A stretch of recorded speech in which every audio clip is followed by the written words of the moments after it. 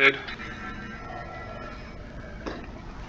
So in this section, we're going to talk about a budget constraint. And the budget constraint is this two-good world where the person is only buying burgers and bus tickets. We're assuming everything else is staying the same. So they have a choice between, if they just bought burgers and only burgers, they could buy 5 burgers and 0 bus tickets. So this point right here is 0 tickets, 5 burgers. Now, the alternative would be if we, let's see here, see if I can do this.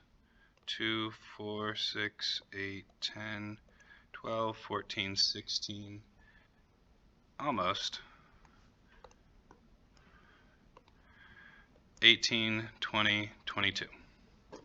So if the person decided to not buy these 5 burgers, not buy any burgers, right? If the person decided they were going to buy 0 burgers, then the maximum that this person could buy, 2, 4, 6, 8, 10, 12, 14, 16, 18, 20, is 20 bus tickets. So this is 20 bus tickets and 0 burgers. And I'm just using our typical XY notation where I'm just referring to the tickets first because the tickets is on the x-axis, right?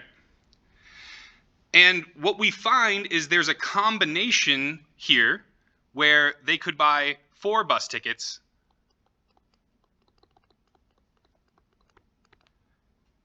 and 4 burgers.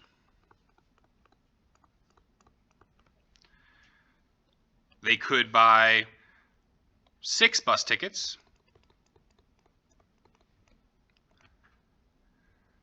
or sorry, I was like, that's not the correct slope. They could buy 8 bus tickets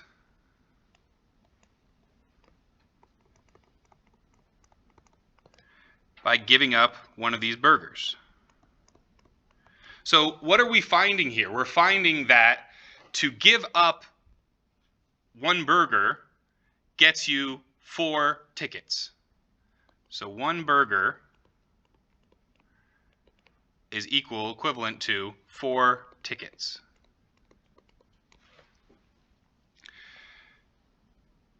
And so we connect these other situations, right, where we have 12 tickets and 2 burgers. We have 16 tickets and 1 burger. And lastly, we've got that 20 tickets and 0 burgers. So now what we're going to do is we are going to connect all of these dots.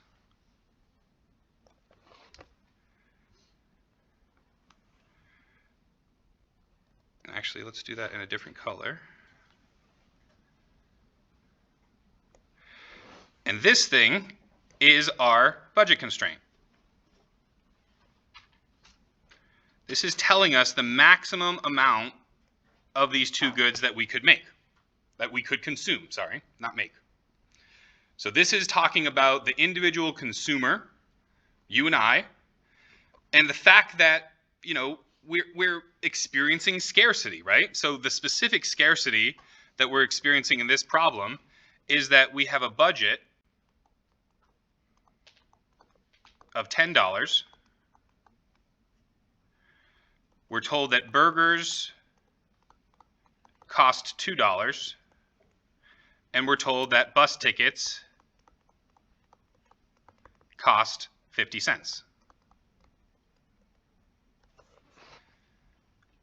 And so that's how we got to this 20, right? This 20 is, what if we spent all of our budget on bus tickets, right? If we took all of our budget and we spent it on bus tickets, then we would end up with 20 bus tickets.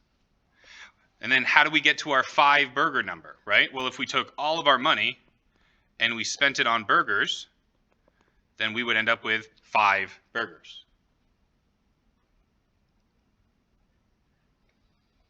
And we have various combinations along the way which represent different possible combinations that this consumer can consume given their current budget and given the current prices. And so when we're talking about budget constraints, a lot of what we're talking about is this trade-off, right? Is this notion that, you know, I'm giving up 4 tickets for every burger I consume. Now, what's the other way that we could say this? What if we flip this? What if we wanted to talk about the cost it takes to add 1 extra ticket? How many burgers am I giving up if I add 1 extra ticket to my budget? Very good. You give up 1/4 of a burger.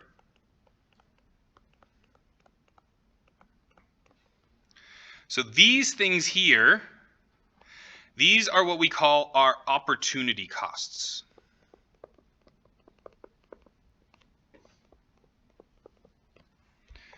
And so just like exchange rates, we can express opportunity costs in 2 ways. We can express it in terms of the opportunity cost of 1 burger, and we can express it in terms of the opportunity cost of 1 ticket. So each point on this budget line means that they are spending all of their money, right? Every point along here means that they're not saving anything, they're spending their entire budget. If we were to have somebody who, for instance, was consuming 6 bus tickets and 2 burgers, this person is not on their budget constraint. They're not spending all of their income. They're leaving some income on the table. And so we would just say that this person could be consuming more given their current budget, and they're choosing not to for whatever reason. Questions on budget constraints. Again, we'll get a word definition here in a second, but just kind of questions on it conceptually. Fairly straightforward. I feel like we've probably seen this in a math word problem at some point in our lives, right? In an algebra math word problem.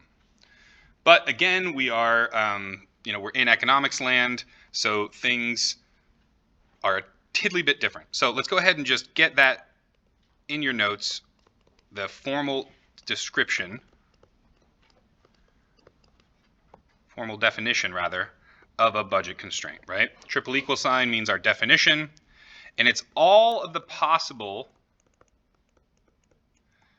consumption combinations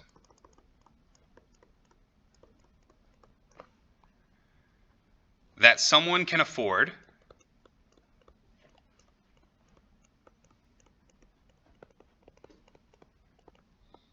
given the price of the goods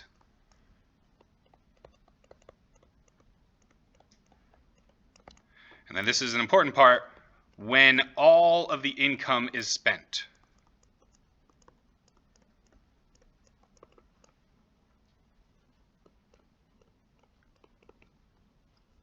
And so this notion of when all of the income is spent, that's what defines the boundary of the opportunity set. And that boundary is the budget constraint.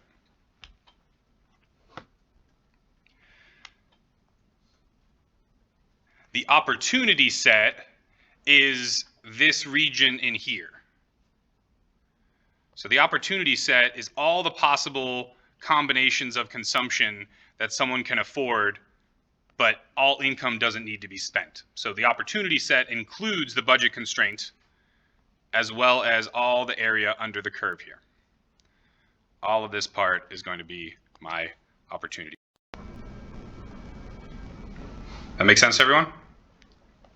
Because those are consumption bundles.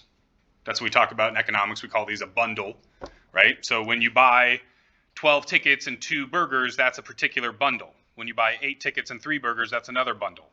When you consume only 6 tickets and 2 burgers, you're not on your budget constraint, but you are in your opportunity set. So if you are inside, right, and this point right here, you are in the opportunity set, but not on the budget constraint. So this is just illustrating the fact that, we have a limited amount of goods, limited amount of resources, and we have to make trade-offs to choose what we need and what we want.